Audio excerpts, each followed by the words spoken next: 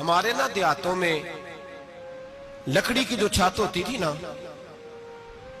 اس پہ ایک بندہ بھی اگر چلتا تھا نا تو گھر کے جو بزرگ ہوتے تھے کہتے تھے پتہ کرو چھت پہ بندہ ہے کوئی. ایک آدمی فٹافٹ بزرگ جاگ جاتے تھے، کہتے پتہ کرو بھائی، بلکہ ساتھ والے کو آواز دیتے تھے، دروازہ کھولتے تھے. ہوتا تھا کہ نہیں ہوتا تھا؟ ہو جاتا تھا نا. او بھائی 1.5-2 لاکھ بندہ چھت پہ چلے، اللہ کے رسول فرما رہے میں سو رہا ہوں. چھت پھاڑ دی، حضرت جبریل آ گئے، نبی پاک صلی اللہ علیہ وسلم کے پاس 70 ہزار فرشتہ ساتھ ہے، آ کے کھڑے ہو گئے، میکائیل سے اسرافیل سے مشورہ کر رہے ہیں حضور کو کیسے جگائیں. نبی پاک فرماتے ہیں میں سو رہا ہوں. حالانکہ بخاری میں لفظ ہے، نبی پاک فرماتے ہیں میری آنکھیں سوتی ہیں، دل تو میرا ہر وقت جاگتا رہتا ہے. نبی کریم سید عالم صلی اللہ تعالی علیہ وسلم فرماتے ہیں میں سویا رہا. اب حضور آرام کہاں کر رہے تھے؟ زمین پہ. آرام کہاں کر رہے تھے؟ حضور علیہ السلام زمین پہ آرام کر رہے تھے. جناب جبریل جھکے. کتنا جھکے کہ حضور کے قدم ہی چوم لیے. نبی پاک کے قدم تو کتنا جھکے ہوں گے جی؟ رکوع تک. جی میں نہیں جی گل کی سجدے دی، تساں کیتی جے، فتویٰ لگا تواڈے تے لگنا جی. کہاں تک لگی؟ کہاں تک جھکے؟ اعلیٰ حضرت کہتے ہیں حضرت جبریل نے سجدہ نہیں کیا نبی پاک. میرے اعلیٰ حضرت کا کمال یہ ہے کہ شریعت بھی بچ جاتی ہے اور عشق کو بھی پورا سکون مل جاتا ہے. اعلیٰ حضرت فرماتے ہیں جناب جبریل نے سر پہ تاج پہنا تھا اور تاج میں موتی لگے ہوئے تھے. وہ موتی نبی پاک کو سجدہ کرنے لگ گئے. وہ موتی نبی پاک کو دیکھیں، فاضل بریلوی کے قلم کا حسن، فرمانے لگے تاج روح القدس کے موتی جنہیں سجدہ کرے. تاج روح القدس کے حضرت جبریل کے سر کے تاج پہ جو موتی ہیں وہ نبی پاک کو سجدہ کر رہے ہیں. نبی کریم یہاں کوئی بندہ، اب تو خیر لوگ ہاتھ بھی کسی کے چومتے ہیں تو خود نہیں اوپر ہوتے، ہاتھ ہی اوپر کر لیتے ہیں. اب تو مزاج ہی بدل گیا ہے. فرمایا رسول کریم صلی اللہ تعالی علیہ وسلم کے لیے جبریل جھکے تو پیروں تک، اور نبی پاک علیہ السلام کے قدم چومے. حضرت جبریل نے حضور جاگے، اٹھایا نبی کریم کو اور کہا یا رسول اللہ، رب آپ کی ملاقات کا شوق رکھتا ہے، اللہ آپ کی ملاقات کا شوق رکھتا ہے. حضور فرماتے ہیں مجھے اٹھا کے تو جبریل حتیم میں لے گئے، اور پھر یہ بخاری کے لفظ ہے، فرمایا یہاں گلے سے لے کر ناف تک میرا سینہ کھولا، میرا دل نکالا، آب زمزم میں رکھا.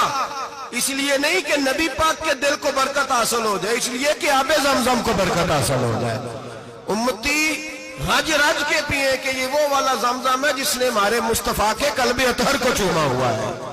نبی پاک صلی اللہ علیہ وسلم فرماتے ہیں میرے سامنے کھولا اور میں دیکھتا بھی رہا.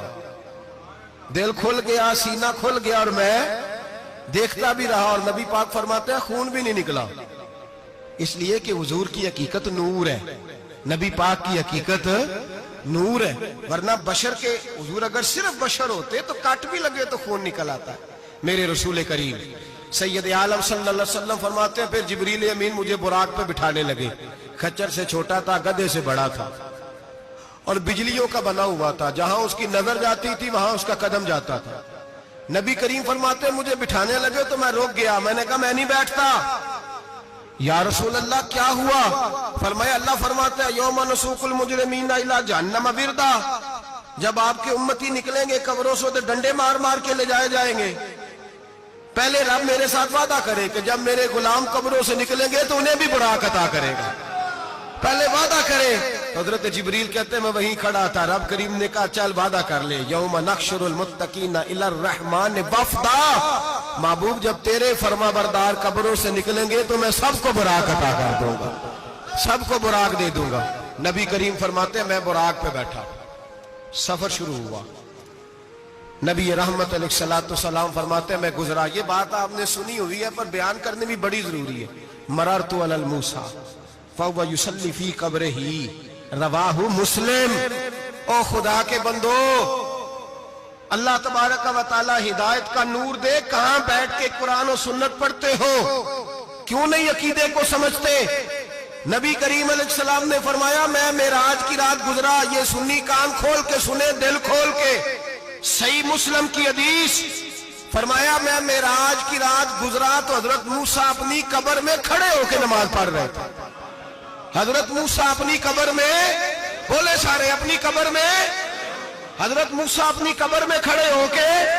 اب آؤ, حضرت سعید بن مسیب تابعی ہیں, صحابہ کے شاگرد ہیں, وہ کہتے ہیں جب یزیدی فوجوں نے مدینے پر حملہ کیا اور یزید کا مقرر کردہ امام آیا تو صحابہ کرام مسجد نبی چھوڑ گئے. 3 دن تک مسجد میں نماز, کہا ہم یزیدی امام کے پیچھے نماز نہیں پڑھیں گے. مدینے پہ حملہ ہوا, مکے پہ حملہ ہوا. حضرت سعید بن مسیب کہتے ہیں میں دیوانہ بن کے, مجنون بن کے اندر گھس گیا. یزیدی فوجیں سمجھی میں دیوانہ ہوں, شاید پاگل ہوں, مجھے انہوں نے تکلیف کوئی نہ دی. فرماتے میں نبی پاک کی قبر کے ساتھ ٹیک لگا کے بیٹھا تھا, زور کا وقت ہوا تو میں رونے لگ گیا. اب میں نماز کیسے پڑھوں گا, اذان کا کیسے پتہ چلے گا.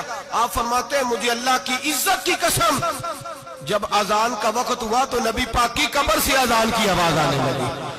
فرماتے جب جماعت کا وقت ہوا تو حضور کی قبر سے اقامت کی آواز آئی, پھر جماعت کی آواز آئی, اور میں نے اپنے نبی کے پیچھے زور کی نماز ادا کی. حضور کے پیچھے حضرت موسیٰ اپنی قبر میں نماز پڑھے, اور میرے رسول تو قبر میں جماعتیں کراتے ہیں. حضور جماعتیں کراتے ہیں, اور آپ فرماتے ہیں میں 3 دن مسجد, کان کھول کے دل کھول کے سنو, ہم نے کوئی ریڈی میڈ عقیدہ نہیں اپنایا, ہم کوئی دائیں بائیں سے پکڑ کے نہیں لے آئے کہ وہ فلاں آیا تھا بہت بڑا, اس نے جبہ کبہ پہنا تھا تو اس کے پیچھے لگ گئے. ہم کسی کو نہیں مانتے, ہم تو مانتے ہیں رسول اللہ کے غلاموں کو, ہم تو مانتے ہیں صحابہ کو. ہمیں حضرت سعید بن مسیب بتا گئے ہیں کہ جو کہے تجھ کو مردہ وہ مردہ ہے واللہ, تو زندہ ہے واللہ, تو زندہ ہے واللہ, تو زندہ ہے واللہ. میری چشم عالم سے چھپ جانے والے میرے رسول کریم صلی اللہ علیہ وسلم نے فرمایا موسیٰ اپنی قبر میں کھڑے ہو کے نماز پڑھ رہے تھے. حضرت موسیٰ اگر زندہ ہے تو جو موسیٰ کے بھی امام ہے, جو جناب موسیٰ کے بھی ایسے ہی فٹافٹ. ہم پہ تو کسی کا روب طاری نہیں ہوتا, اتنی موٹی جلدیں لوگ کتابوں کی دے جاتے ہیں, کہتے پڑھو جی کی لکھے ہے. میں کیا, اصل میں اس کے دل میں پیار نہیں, اس نے صرف محمد لکھ کے صلی اللہ علیہ وسلم لکھا ہے. یہ تھوڑی دیر بیٹھتا بریلی کے امام کے پاس تو اسے بتاتے ہیں حضرت محمد نے لکھنا چاہیے, لکھنا چاہیے امام الانبیاء, سرور کون و مکان, تاجدار حال عطا, لکھنا چاہیے مشکل کشا, حاجت روا, حبیب خدا محمد مصطفیٰ صلی اللہ. تمہیں تو نام نہیں ڈھنگ سے لکھنا آتا, تم مصطفیٰ کی بات کیا کرو گے, تمہیں کیا خبر. میلاد کی بات آئے تو جائز نہیں, معراج کی بات آئے تو کہتے ہیں خواب میں ہوئی تھی. کیا بغض ہے, رٹا کیا ہے. اعلیٰ حضرت فرماتا ہے کھائے تجھ کو تپے سکر, تیرے دل میں کس سے بخار ہے. حضور کی شان کی بات آتی ہے تو اڑ جاتا ہے. ابو بکر صدیق سے پوچھ, ابو جہل نے آ کے کہا تیرا رسول کہتا ہے میں 18,000 سال کا سفر 1 منٹ میں طے کر آیا ہوں, زمین جنت دوزخ ہر شے دیکھ آیا. ابو جہل کہہ رہا ہے. ابو بکر صدیق فرمانے لگے اگر محمد عربی نے کہا ہے تو آ کر ساتھی کہا ہے, اگر رسول اللہ نے کہا ہے تو آ کر ماننے والا, عقیدہ بنا ماننے والا. ایسے لوگ سڑک پہ بیٹھ کے بات کر دیتے ہیں اور فٹافٹ سنی بھی مسئلہ پوچھنے آ جاتا ہے, کہتا ہے جی وہ فلانا مولوی کا, وہ کون ہوتا ہے, کون ہے وہ, کس کی بات کر رہے ہو. بات کرنی ہے تو ابو بکر صدیق کی کرو, عثمان غنی کی کرو, مولا علی کی کرو, انس بن مالک کی کرو, طلحہ اور زبیر کی کرو. ہم کسی دائیں بائیں والے شخص کی بات نہ کرتے نہ سنتے. ہم پہ نہیں کسی بندے کا روب طاری ہوتا ہوگا, چل دوڑ جا, ہم تجھے کیا سمجھتے ہیں. ہم تو سمجھتے ہیں اس کو جس کی بات سے رسول اللہ کی پیار کی خوشبو آتی ہے.